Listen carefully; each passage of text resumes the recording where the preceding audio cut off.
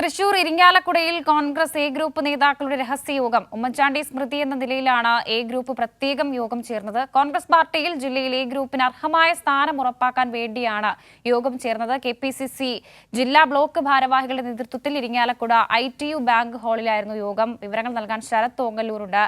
ശരത്ത്, ഈ എ ഗ്രൂപ്പിന് അർഹമായ സ്ഥാനം ജില്ലയിൽ ഉറപ്പിക്കുക എന്നൊരു ലക്ഷ്യമുണ്ട്. ഒപ്പം ഉമ്മൻചാണ്ടിയുടെ രണ്ടാം ചരമവാർഷികം അത് അർഹമായ പ്രാധാന്യത്തോടെ നടത്തിയില്ല, DCC നടത്തിയില്ല എന്നൊരു വിവാദം കൂടി ഈ ഘട്ടത്തിൽ ഉണ്ടായിരുന്നു.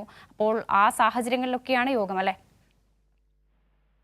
തീർച്ചയായിട്ടും തൃശ്ശൂരിലെ ഇരിങ്ങാലക്കുടയിലുള്ള കോൺഗ്രസിന്റെ എ ഗ്രൂപ്പ് ഏതാണ്ട് നിർജ്ജീവമായ അവസ്ഥയിലാണ്. മുൻകാലങ്ങളിലുള്ള എ ഗ്രൂപ്പ് നേതാക്കളുടെ യോഗമാണ് ചേർന്നിട്ടുള്ളത്. ഉമ്മൻചാണ്ടി സ്മൃതി എന്ന നിലയിലാണ് എ ഗ്രൂപ്പ് പ്രത്യേകം യോഗം ചേർന്നിട്ടുള്ളത്. മുൻ മുഖ്യമന്ത്രിയായിട്ടുള്ള ഉമ്മൻചാണ്ടിയുടെ രണ്ടാം ചരമവാർഷികത്തോടനുബന്ധിച്ച് നടത്തിയ DCC പരിപാടിക്ക് DCC അർഹമായ പ്രാധാന്യം നൽകിയിരുന്നില്ല എന്നൊരു അമർഷം നേതാക്കളിലുണ്ടായിരുന്നു. അത് ഈ യോഗത്തിലും പ്രതിഫലിച്ചിട്ടുണ്ട് എന്നാണ് നമുക്ക് മനസ്സിലാക്കുന്നത്.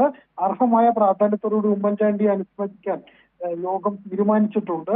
പാർട്ടി പുനഃസംഘടനയിലും തദ്ദേശ സ്വയംഭരണ സ്ഥാപനങ്ങളിലേക്ക് നടന്ന തെരഞ്ഞെടുപ്പിലും ഗ്രൂപ്പിന് അർഹമായ പ്രാധാന്യം നൽകണമെന്നും അല്ലാത്ത പക്ഷം അവ ശക്തമായി പ്രതിരോധിക്കാനും അല്ലെങ്കിൽ നേടിയെടുക്കാനും ശ്രമിക്കണമെന്നും ഇത്തരത്തിൽ യോഗം തീരുമാനിച്ചിട്ടുണ്ട്.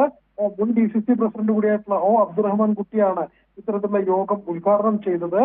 KPCC മുൻ ജനറൽ സെക്രട്ടറി ആയിട്ടുള്ള MP ജാക്സൺ, KPCC സെക്രട്ടറി John Daniel, DCC vice president CO Jacob, general സെക്രട്ടറിമാരായ TM Nasar, advocate Suresh Kumar, KV Dasan, കോർപ്പറേഷന്റെ പ്രതിപക്ഷ നേതാവായ രാജൻ പല്ലൻ എന്നിവർ ഈ യോഗത്തിൽ പങ്കെടുത്തിരുന്നു എന്നാണ് മനസ്സിലാക്കുന്നത്. വർഷ.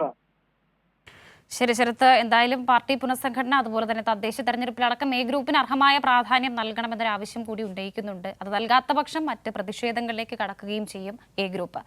ശരത് ഓങ്ങല്ലൂരാണ് വിവരങ്ങൾ നൽകിയത്.